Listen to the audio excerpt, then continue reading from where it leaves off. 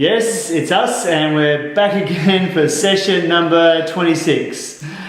Money in the relationship. Now, in every relationship, there are going to be things that we call triangulation. And the topics that we pick to triangulate on are things like money, sex, in-laws, and really what it means Children. is children. What it means is that there's unsatisfied emotional needs in a relationship, and we're picking this topic to talk about because it's far easier to talk about this thing than actually talk about what's really going on in the relationship. The unsatisfied emotional needs, the intimacy requirements, the time together, feeling understood, all those things that are required to make our relationship great.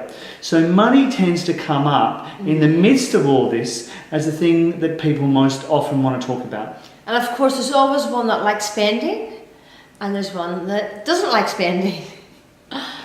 In our case, the one that likes spending is Marie. No, fortunately, we're pretty well balanced when it comes to our spending habits, and we have joint bank accounts and we control our money quite well. In some relationships, that isn't the case, and one partner tends to be more the spender than the other. It's something that you need to sort out. And usually the more one spends and when the other one tries to stop it, they really dig their heels in and it accelerates what's happening, because what you focus on expands. You know, if you're focusing on her spending and that's all you see, of course what you focus on expands. Yes. So it's really important that, you know, you both have a part in this. Definitely. And it's really you both see each other's part. You know, if I'm tight with my money, it's important I need to see, where can I loosen up? You know, where can it be okay? How much can be okay? And when we start looking at our own behaviours, that's when we can start to change what's happening. Now, the thing with money is that most people use the strategy that we call fly by the seat of the pants. And what that means is they really have no goals, they have no idea what they're doing with their lives, and they tend to drift through life. And hence they tend to drift through life with money as well. And wanting it is not enough. Wanting to have money or wanting to have a house or wanting a great business, wanting it isn't enough, because most people want it.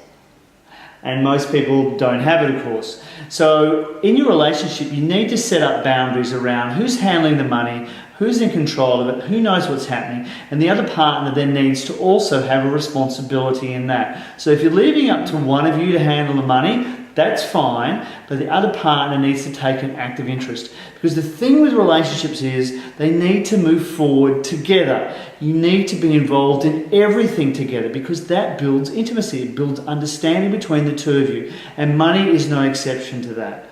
So you need to be very clear about how you're going to control the money and who's going to keep tabs on how much you're spending, how much you're not spending. And if there's a common goal there that you are saving for that holiday in 4 months, then both of you can work towards that. Both of you can talk about what you've saved that month or that week. And it's a common goal, or if something comes up and you've had to spend it, you can comfort each other where, you know, we had to spend it in that, the car broke, but, you know, let's refocus. So it's both of you working, because quite often the one who's responsible with money feels the burden of that on their shoulders. Definitely. So if your relationship is based on God knows what's going on and it's fly by the seat of the pants, you need to revise that. And that can be difficult because when you're not focused on that, what's happening in the relationship with your patterns of behaviour is we don't want to focus on that. It's too hard. Let's just have a good time. Let's not worry about the money. And when we get to 60, we'll be like 65% of the population and not have enough money to retire on. So you can avoid it for a long period of time, but it will catch up with you. So take the time now. If you're listening to us and you're going, oh my God, that's us. We have no plan. You need to sit down and start talking about it. If you do have a plan, make sure the plan suits your common goals. There are going to be things in a relationship that individually you want, but there are also going to be common things that you want. So Marie and I like travelling a lot. So it's a very common thing that we can find, that we can focus on, agree on. We take about 3 or 4 trips a year, some fun, some work, some education. But it's something that we do together. So it's a focus for us to work. Yeah, to work together and it makes us become disciplined with money. Because the rewards are so great. And it's something we have in common. And two people on the same page, you get there faster. Absolutely. And you can enjoy the journey together and have fun while you're doing it. So money doesn't have to be, oh my God, we've got to talk about the dollars and cents. It can be something you can really enjoy together, because when you've got more money, life becomes really enjoyable. It gives you the freedom to do the things you want to do and have the things. Now, for me, I love my cars. It's my one indulgence in life. I love motor cars, I love fast cars, I love big cars, I love expensive cars. Marie, not so much. I just like it to go. And get from one place to and the never next. break down. And Yes. I have a GPS. Now, talk about clothes and shoes. Well, that's a different story, right? So, Of course. of course. So, take her out to a hotel, give her a nice meal. That's what she'll like.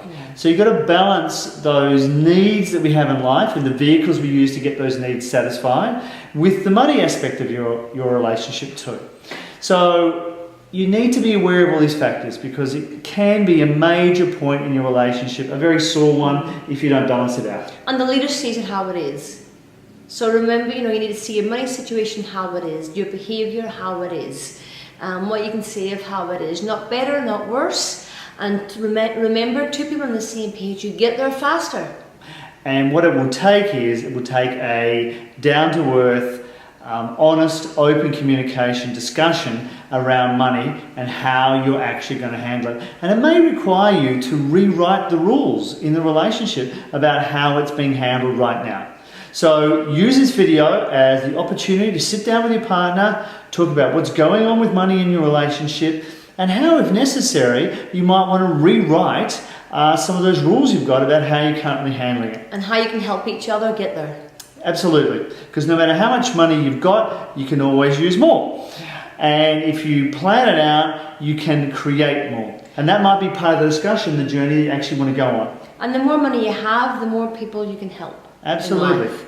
And it gives you the freedom in your relationship. So talk about, do we want more money? Do we want to start planning to create more wealth? Do we want to do that through stocks or shares, through property, or perhaps starting up a business? There's lots of mentoring available. We do that sort of thing, and we've helped a lot of couples get this area of the relationship humming along. So think about it, use this video, and we'll talk to you in our very next session. Thanks for being with us.